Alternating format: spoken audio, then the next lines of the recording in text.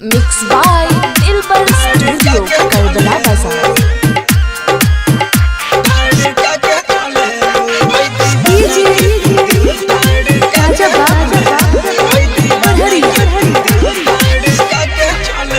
चलेलू रूप रंग सजाई हंस के जालू सजमाई लागेलू परियन के रानी औरी करी का बड़ाई।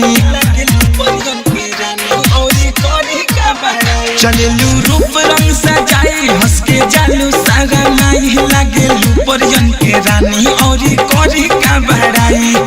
अखिया में कजरा लगा के चलेलू अखिया में कजरा लगा के चलेलू है दीवाना के तू दिल धड़का के चलेलू है दीवाना के तू दिल धड़का के चलेलू धड़का के चलेलू धड़का के चलेलू है दीवाना के तू दिल धड़का के चलेलू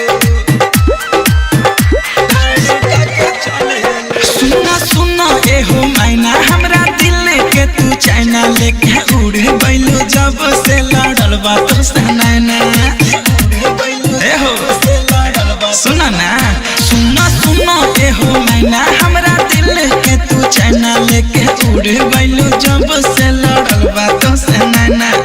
अखिया पही पिलाट काके चलेलू अखिया पही पिलाट काके चलेलू है दीवाना के तू दिल धड़का के चलेलू है दीवाना के तू दिल धड़का के चलेलू। Mixed by Dilbar Studio, Karbala Bazaar.